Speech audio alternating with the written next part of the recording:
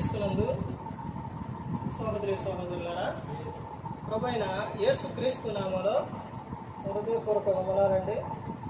ముందుగా ఇంత మంచి సమయాన్ని ఇచ్చిన అంటే దేవునికి ప్రభువైన క్రీస్తు ద్వారా కృతజ్ఞతాస్తుతులు చెల్లిస్తున్నానండి. అందరూ బాగున్నారండి. వాక్యం చదువుకొని ప్రార్థన చేసుకున్న తర్వాత పాఠంలోనికి వెళదామండి. మత్తయి గారు రాసిన సువార్త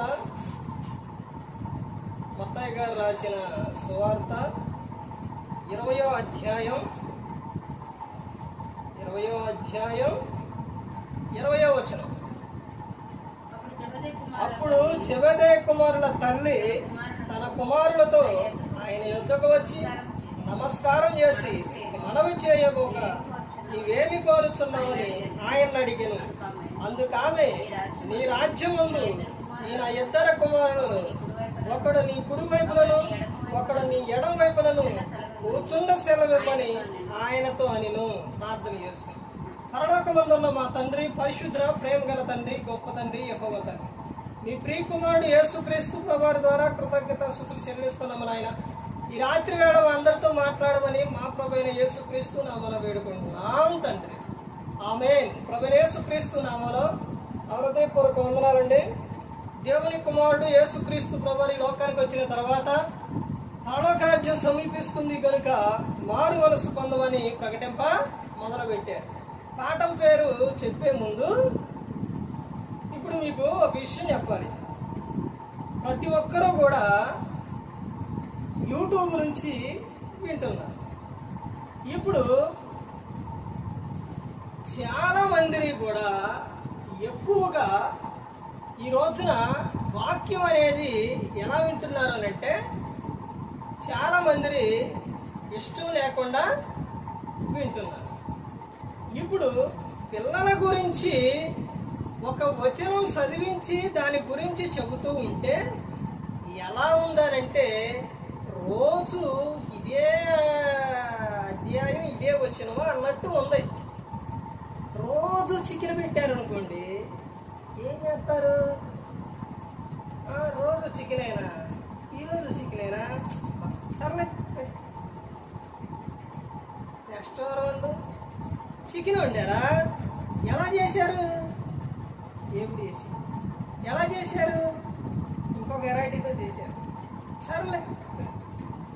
ఏ చికెన్ విషయాల్లో బోర్ పట్టట్లేదే. చికెన్ రోజు పెట్టినా తింటావు,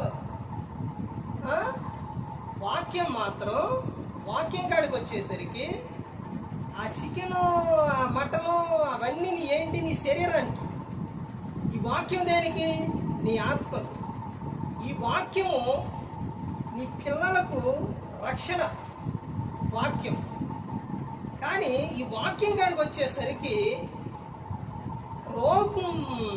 ఏదైనా ఒక అంశం మీద చెబితే ఎలా ఉంటుందనంటే, ఎప్పుడు ఇంతేనా, ఎప్పుడు ఇదేనా. ఎలా మారిపోయారంటే, ఈ రోజున సమాజంలో చీడ పురుగులుగా మారిపోతున్న వారు ఎవరు అనంటే, భయంకరంగా తయారవుతున్న వారు ఎవరు అనంటే పిల్లలే. కారణం ఎవరనంటే తల్లిదండ్రి. పిల్లలు ఆ విధంగా తయారవటానికి మందుకు బానిస, డ్రగ్స్కి, అన్నిటికీ బానిసలైపోయి ప్రసంగి 7:17 అధికముగా దుర్మార్గ పనులు చేయకము, బుద్ధిహీనముగా తిరగకము, నీ కాలానికి ముందు నువ్వు ఎలా చనిపోదువు అంటే, కాలానికి ముందే చనిపోతున్నారంటే కారణం ఏంటి? కారణం ఏంటంటే, దేవుడు నీకు బహుమానాన్ని ఇచ్చిండు. బహుమానం విషయంలో నీకు బాధ్యత ఉందా? బహుమానం విషయంలో నువ్వు పట్టించుకుంటున్నావా? విషయం ఏంటంటే, పాట పేరు ఏంటంటే, పిల్లలు చిన్న వయసులో నుంచి దేవుని యందు భయభక్తులు కలిగి ఉండాలంటే, చిన్న వయసులోనే నీ పిల్లలు, చిన్న వయసులో నుండి నీ పిల్లలు దేవుని యందు భయభక్తులు కలిగి ఉండాలంటే ఏం చేయాలి? ఇది తల్లిదండ్రులకు అర్థమవదు, తల్లిదండ్రులకు తెలియదు. ఆ పిల్లలు ఎలా తిరిగితే, ఎక్కడ తిరిగితే, ఏమైపోతే మాకెందుకు అనుకుంటున్నారు. కానీ ఒకరోజు ప్రమాదం ఉంది, వాడు తిరిగే అల్లరి, వాడు చేసే చేష్టలు, వాడు చేసే క్రియలు అవన్నీ వాడికి ప్రమాదం అని ఈ రోజున గ్రహించలేకపోతున్నారు. కారణం ఎవరు అంటే తల్లిదండ్రి. చిన్న వయసులో నుంచే వాళ్ళు దేవుని యందు భయభక్తులు కలిగి ఉండాలి అని అంటే వారికి నేర్పవలసిన విషయాలు ఏంటి? చిన్న వయసులోనే బాల్య దినములందే ఏం నేర్పాలి? ప్రసంగి 12:1-2. ఈ బాల్య దినముల యందే సృష్టికర్త స్మరణ జరగాలి. ఈ రోజున పిల్లల మాట వినట్లేదనంటే, పిల్లలు భయంకరంగా తయారైపోతున్నారు అనంటే కారణం ఎవరు?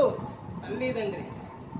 తల్లిదండ్రి పిల్లలు పట్టించుకోకపోవటం వలన, తల్లిదండ్రి వారి ఇష్టానుసారంగా వారు జీవించటం వలన ఆ పిల్లల భవిష్యత్తు అనేది సరిగా లేకుండా పోతూ ఉంది. ఎక్కడ చూసినా ఈ రోజున యవ్వనస్తులు యవ్వన ప్రాయం వచ్చిన తర్వాత ఒక స్త్రీని అక్కలాగా, చెల్లిలాగా, తల్లిలాగా చూడకుండా కామంతో చూస్తున్నాడంటే కారణం ఏంటి? వారి కుటుంబంలో జరుగుతున్న విషయాలు. అంటే ఏం జరుగుతున్నాయి? టీవీలు పెట్టుకొని, ఫోన్లు పెట్టుకొని అసభ్యకరమని చూడటం వలన, అసభ్యకరంగా మాట్లాడటం వలన ఇవన్నీ చిన్న వయసులో నుంచి వారు మైండ్లో పెట్టుకొని వాడు అదే విధంగా తయారైపోతున్నాడు. ఆ సినిమాల్లోని, ఆ సీరియల్లోని, ఆ ఫోనుల్లోని కనబడే నగ్నమైన దృశ్యాలు అవన్నీ చూసి వాడి మైండ్లో ఆలోచనలో పెట్టుకొని, ఆహా వాళ్ళు అలా చేశారా, అతను ఆమెను ఏడిపిస్తూ ఉన్నాడా, ఆమె వెంబడి పడ్డా, ఆమె ఆయనకు పడ్డదా, ఆయన ప్రేమించిండా, ఇవన్నీ నేను కూడా చెయ్యాలి. నేను కూడా ఒక అమ్మాయిని ప్రేమించాలి, ఒక అమ్మాయిని ఏడిపించాలి. ఇవన్నీ ఎక్కడ నేర్చుకుంటున్నారండి? నీ ఇంట్లో టీవీ లేకపోతే నీకు గడవదా? అసలు ఫోన్ అంటే అది అవసరం. ఎందుకనంటే అది మంచికి చెడుకు కూడా ఉంది. కానీ టీవీ విషయాల్లో కూడా అది మంచికి చెడుకి ఉంది. కానీ ఎలా మారిపోయారంటే ఏ వస్తువున్నా ప్రతి ఒక్కటి మంచిదే, నేను చెడు ఏది అనట్లేదు. ఒక అమ్మాయి, ఒక సేవకుడు కూతురు అలాగే అన్ని తప్పులు పట్టింది. టీవీ ఉంటే తప్పేంటి, ఫోన్ ఉంటే తప్పేంటి, ఆ వంటం ఏం తప్పు కాదు అమ్మా. ఒకసారి గమనించండి, వంటం తప్పు కాదు, అది వాడే విధానాన్ని బట్టి ఉంటుంది. ఫోన్లో ఎక్కడ లేని ఎన్ని వస్తాయి, మంచి వచ్చిద్ది, చెడు వచ్చిద్ది. నువ్వు మంచి తీసుకుంటే నీ మంచి బాగుంటుంది, చెడు తీసుకుంటే నీ ఆలోచనలు, నీ జీవితం పాడైపోతుంది. కానీ అంతవరకు కూడా నువ్వు ఒక విషయం గమనించండి, సినిమా మూవీ చూసి నేను ఆ మూవీలోని మంచి విషయం నేర్చుకున్నా, నా జీవితం పాడైపోతుంటే, నా జీవితాన్ని నేను కట్టుకున్నా, నా జీవితాన్ని బాగు చేసుకున్నా, ఫలానా యాక్టర్ సినిమా చూసి, ఫలానా హీరో సినిమా చూసి, ఆ మూవీ చూసి నా జీవితం పాడయ్యే జీవితం నేను కట్టుకున్న వ్యక్తి ఎవరైనా ఉన్నారా? నేను వేల సినిమాలు చూశాను. వేల సినిమాలు ఏ ఒక్క సినిమాన నా బతుకు మార్చిందా? నాశనం చేశాను పెట్టి. ఇంకా చూస్తే 2 కళ్ళు బదులు పోతద్దాలు వచ్చి, ఈ కళ్ళకి అదే కారణం. ఈ రోజున ఆ మూవీ చూసి తీసేవాళ్ళు ఏమవుతున్నారు? తీసేవాళ్ళు కొడేసుకులు అయిపోతున్నారు, చూసేవాళ్ళు బికారులు అయిపోతున్నారు. తర్వాత వారి జీవితం పాడు చేసుకుంటున్నారు. తర్వాత మందు తాగేవాడు మంచి బలంగా ఉంటాడని ఎక్కడన్నా ఉందా? తాగేవారు ఎక్కడా ఉండదు. మందు తాగేవారు వాటికి బానిస అయిపోయి ఆరోగ్యాన్ని పాడు చేసుకుంటారు. అవి చూసిన పిల్లలు తమ జీవితాన్ని పాడు చేసుకుంటున్నారు. తర్వాత జోదాలు ఆడేవారు తమ ఆస్తులే పోగొట్టుకుంటున్నారు. వీటన్నిటికీ కారణం ఒక్క విషయం గమనించండి, మీరు చేసే క్రియలు, మీరు చేసే ప్రతి ఒక్కటి అది మీతోనే పోదు, మీ పిల్లల మీద పడుతుంది. కుటుంబంలో తండ్రి అప్పు చేస్తే ఎవరి మీద పడుతుంది? పిల్లల మీదే పడుతుంది. అర్థమవుతుందండి? అది ప్రతి ఒక్కరూ గమనించుకోవాలి. పిల్లలకు వారికి మంచి భవిష్యత్తు ఇవ్వాలంటే ముందు వారికి నేర్పవలసిన విషయాలు ఏంటంటే క్రీస్తుని గురించి వారికి నేర్పాలి. ఇదిగో అయ్యా, యేసు క్రీస్తు ప్రభువారు జ్ఞానవంతులు, వయసునందును, దేవుని దయందును, మనుషుల దయందును వర్ధిల్లుచుండెను అని చెప్పాలి. ఈ రోజున ఈ మాటలు నీకు శిఖా కనిపించవచ్చు, నీకు వినబుద్ధి కాకపోవచ్చు. కానీ ఇవే మాటలు నిన్ను రక్షిస్తాయి, ఇవే మాటలు నీ కుటుంబాన్ని కడతాయి. ఇవే మాటలు నీకు మార్గాన్ని చూపిస్తాయి. ఎవరు ఈ లోకంలో శాశ్వతంగా ఎవరు నీ వెంట రారు. కరోనా వచ్చినప్పుడు ఒక విషయం గమనించండి. కరోనా వచ్చినప్పుడు పోనీలే మా అమ్మకు వచ్చింది, మా నాన్నకు వచ్చింది, వీళ్ళంటే పక్కన పెడతారు అనుకోండి. భార్యకు వచ్చింది, భర్తకు వచ్చింది, వీళ్ళు కూడా వేరు కొట్టారు అనుకోండి. పిల్లలకు వచ్చింది, ప్రాణంగా ప్రేమించిన వారికి వచ్చింది, పోనీలే ఇంట్లోనే ఉంచుకుందాం, కలిసి తిందాం, కలిసి ఉందాం అనుకున్నారా? ఎందుకేనండి? కరోనా రాగానే తీసుకుపోయి ఎక్కడో హాస్పిటల్ దూరంగా పెట్టావే, ఆ ఇంట్లో గదిలో ఉంచి బంధించి అన్ని ముక్కుకి మూతికి అన్ని కట్టుకొని అందించావే. ఎక్కడుంది బంధం? ఎక్కడుంది స్నేహం? ఎక్కడుంది ఇవన్నీ? ఏమైపోయినాయి? ఆ సమయంలో నిన్ను కాపాడింది ఎవరో తెలుసా? నిన్ను రక్షించింది ఎవరో తెలుసా? యేసుక్రీస్తు ప్రభువు. ఎంత ప్రాణంగా ప్రేమించిన వారైనా, భర్త అయినా, భార్య అయినా, పిల్లలైనా, ఎవరైనా కరోనా సమయంలో ఎవరొచ్చారు? ఎవరు ధైర్యంగా వచ్చారు? ప్రతి ఒక్కరు గమనించుకోవాలి. పిల్లలకు నేర్పవలసిన విషయాలు ఏంటంటే, బాల్య దినముల యందే సృష్టికర్త స్మరణ వాళ్ళకి జరగాలి. వారు ప్రయోజకులు అవ్వాలి, పనికి మాలోళ్ళు అవ్వకూడదు.